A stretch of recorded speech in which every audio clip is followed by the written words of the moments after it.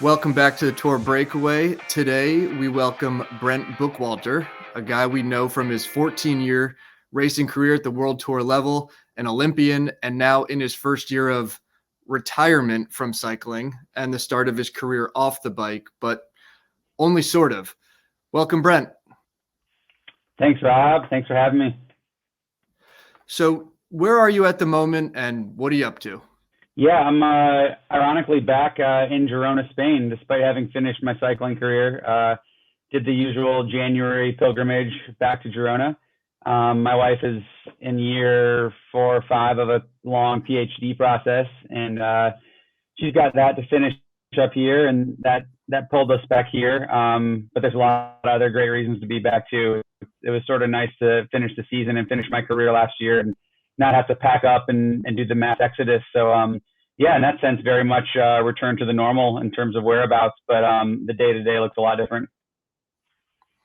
So we got speaking over the recent coverage with your work with the Pro Cyclist Foundation, and it just seemed like such an awesome story. The combination of your work with the foundation and coming from a background of professional cycling with a long career, and certainly things that the foundation is doing that you can empathize with and really empathize with that need to address some of the gaps in the sport that the foundation intends to, having them having experienced that firsthand, just seemed like such an interesting story. So before we get into it, maybe you can just tee up, what is the Pro Cyclist Foundation? Yeah, the Pro Cyclist Foundation is a fairly new nonprofit that is planning big moves in the cycling space in terms of supporting athletes and supporting teams and organizations, and really having a big flexibility to make a big impact in a lot of those gaps, like you said. So hearing that, it's a bit broad. Do you have a few areas in particular that the foundation plans to focus here in the next couple of years? Yeah, definitely. The sort of 3 core areas of the foundation are career, legal, and wellness, which is quite broad by design. Like I said, it's a fairly new foundation, and part of it now is figuring out where the most impact can be made, where the need is, and then what avenues and what ways are the best to accomplish that. So I think it resonates with a lot of people because I think everyone, whether you're a pro cyclist or another pro athlete or just, as I am now, a dad and a husband, I need career support and I need wellness support and I need legal help. So first question that comes to mind really when you hear nonprofit that's going to make a meaningful contribution in the cycling space is, okay, well, like, how does that work? And what's pretty cool about the Pro Cyclist Foundation, just to tee up the model a little bit, is that it's backed by the Black Swift Group, which is an investment manager. They're based out in Boulder, Colorado, and they have an investment fund. And what they're doing is taking the proceeds from that, or the management fees from that, and giving it directly to the Pro Cyclist Foundation to support the efforts. When we first connected, Brent, what was published was that they had already made $350,000 in contributions to the foundation. But in speaking with fund manager Greg Casales and also speaking with Sam Redman, they were pretty clear with me that their aspirations were to grow the fund, and with that, increase the contributions quite materially, and hoping to move from the hundreds of thousands to millions to hopefully many millions of dollars that they generate for the Pro Cyclist Foundation, which is certainly a material amount of money, as if hundreds of thousands wasn't already a strong start. So what's exciting about that is, like, it looks like there's a lot of runway to pump funds into supporting all these key areas. So we'll dive more into the impact of backing that. But first, I kind of want to reverse the clock a little bit and just get a sense for how you ended up getting into this. What drew you towards the foundation in the first place? Yeah, really, I just heard about the Pro Cyclist Foundation and Greg, the founder, through word of mouth, through my other pro cycling peers, friends and competitors that are also a lot over here in Girona. And they had connected with Greg, I think largely via the Colorado scene, and were sort of telling me about their aspirations and telling me about what they're already offering for pros. And it sounded interesting. It sounded a little unique. The idea of an investment manager or a fund supporting a nonprofit in the cycling space is maybe it's not totally unheard of or never been done before, but it's not the run of the mill model of sponsorships and labels across your chest and that sort of thing. So yeah, it sounded interesting. And then I really liked the flexibility of it. I liked how the foundation wasn't tied to any one team or nationality or discipline of the sport.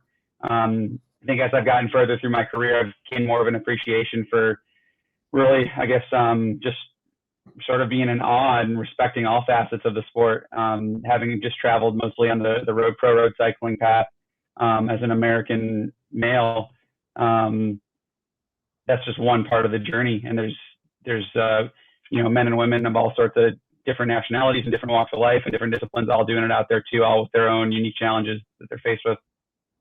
So presumably some of the focus areas that you're going to be honing in on are things that have resonated with you, where maybe you had a gap in support that you were receiving, or maybe didn't even know that you needed support, just a complete blind spot.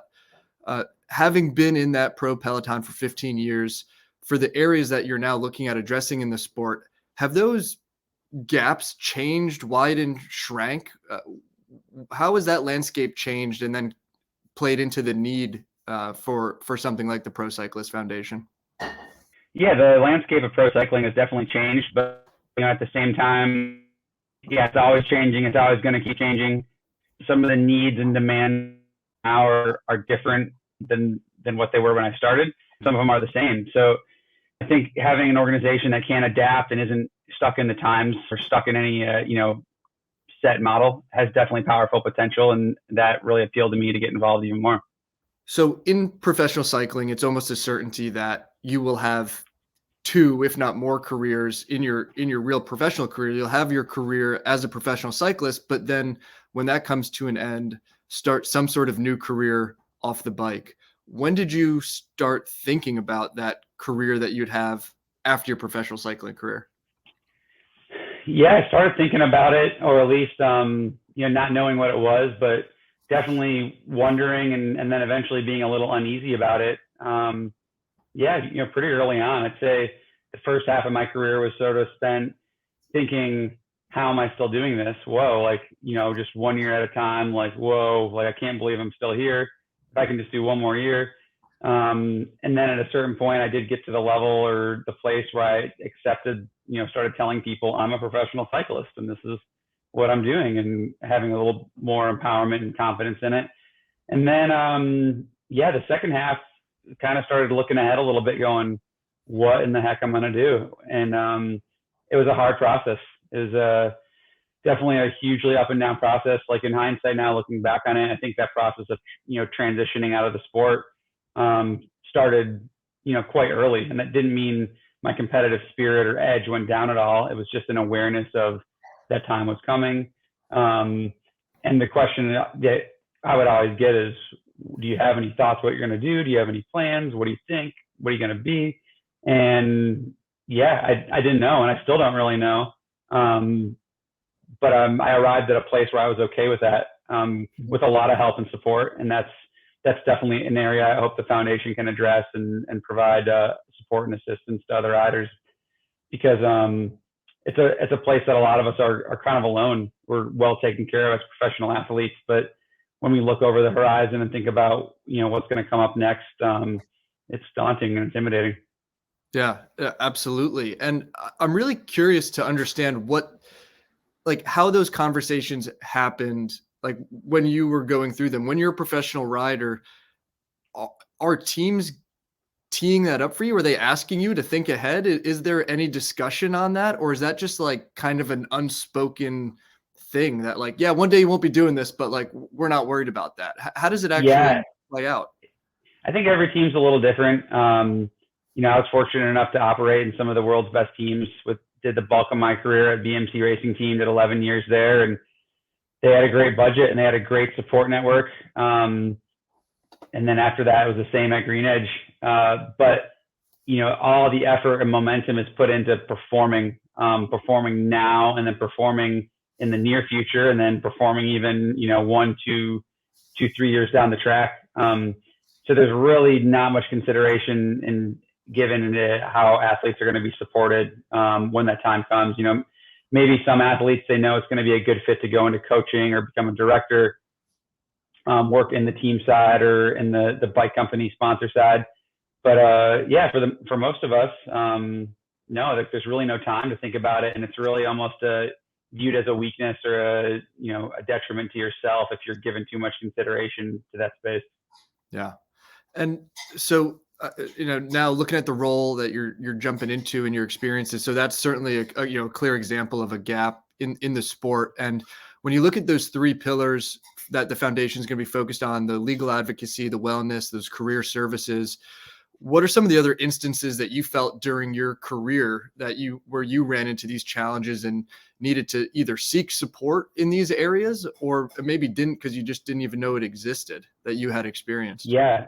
There were a lot of holes, and I say that as, like I said, someone who was fortunate enough to have the privilege and honor of riding for some really top level, highly supported teams. But the career service part, we really view it as like three categories, like the pathway to pro or development to pro, and then a current high level professional, and then transitioning from sport. And there's experiences and examples abound in all three of those categories. Probably more so in the development part, and then in the career transition after. The other big sort of gaping hole in my experience in my career is the psychological side, which we house in the wellness part of the Pro Cyclist Foundation mission. But yeah, really that psychological side is multifaceted. It's performance psychology, but it's also wellness psychology and support. And when I think back on my career, I spent thousands and thousands of hours and countless days obsessing over my body and my craft, the technical elements of training, of racing, obsessing about the power numbers, the data, the weight, training, my body, the legs, physio sessions. But then when it comes time to prepare our minds and our mentality and our psychology, there's very little done with the teams. And it's an intimidating space to go into. I've had the privilege to work with some great mental coaches and psychologists, but those were all really people that I went after myself, and a little bit of networking there, maybe from team physicians or teammates or people in the sport. But it's a daunting area to go after yourself and start from scratch and find the person that's the right fit, to acknowledge that I needed help, and then to pay for it too. It's one more thing that is just stacking up every month. So that's a big one for me, is that wellness psychological piece. Yeah. Wow. That sounds absolutely massive. And I'm wondering if you could say a few more words. You mentioned, so you've got the three phases, right? The coming into the sport, as a high performing professional, and then transition out. On that incoming side, you said a few words around like finding races or getting noticed. Can you say a little bit more about what does good look like there, and what are those gaps that young riders are experiencing? Yeah, I think there's so much that the young riders need. I think there needs to be mentorship and guidance, and then there's got to be opportunity. For me, I was really fortunate to really step into both of those pretty well. I grew up in Michigan with a great group of advisors and counselors and mentors around me. A pretty innovative support model there too, that helped me get to races and get funded and get my first coach. But not every rider is so lucky to be from a place like that, or to be in a support network like that. The riders that have parents that did it and, grew up loving it, I think it's a little easier to access those resources.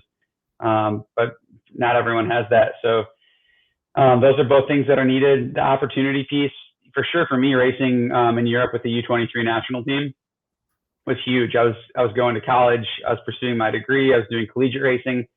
But clearly, if I wanted to break through to the real professional level of the sport, I had to have the opportunity to race in Europe. And I was really fortunate at the time that USA Cycling had a great development U23 program in place. And I was selected for some stints with them.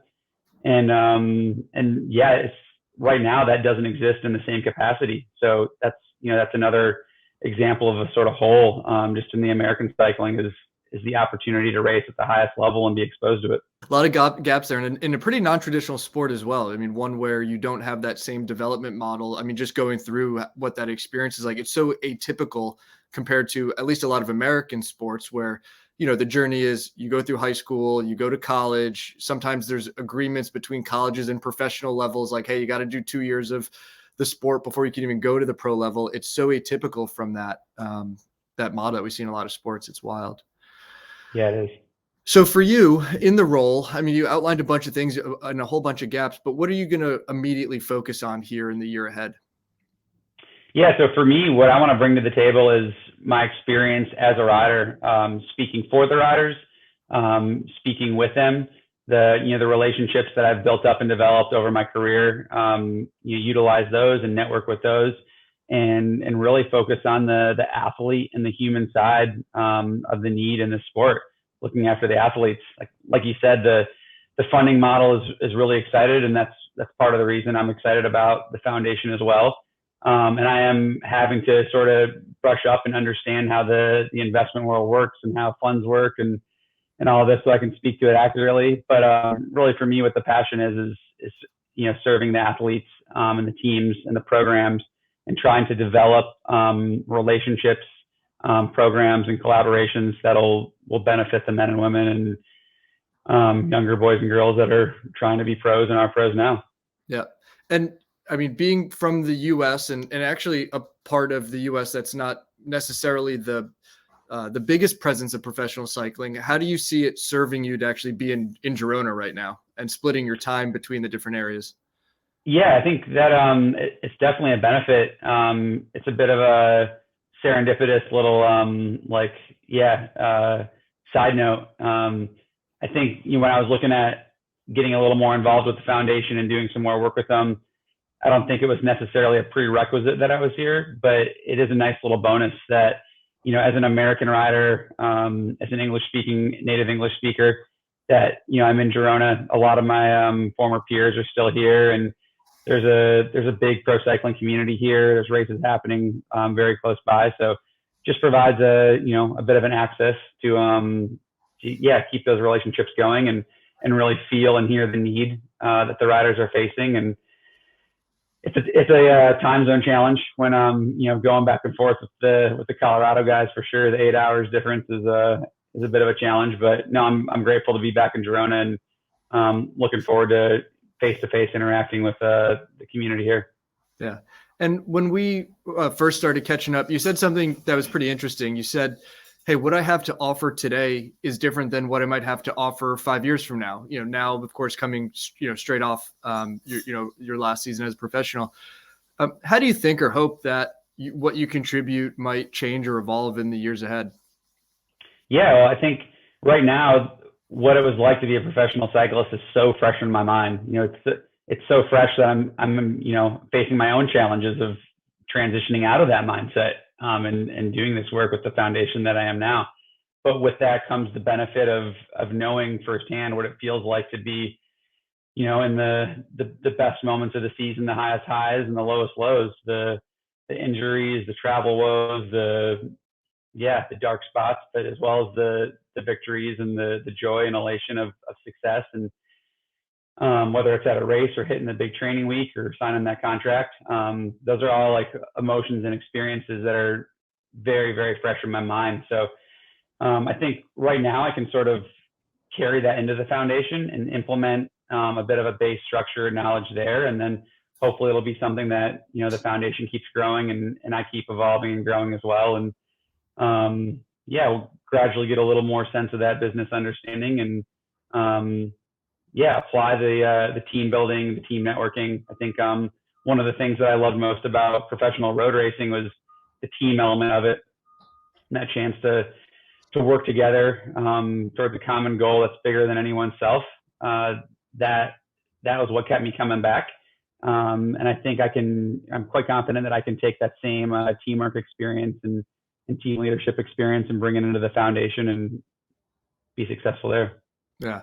That's awesome. I mean, a big thank you to you for driving awareness on what the foundation's doing.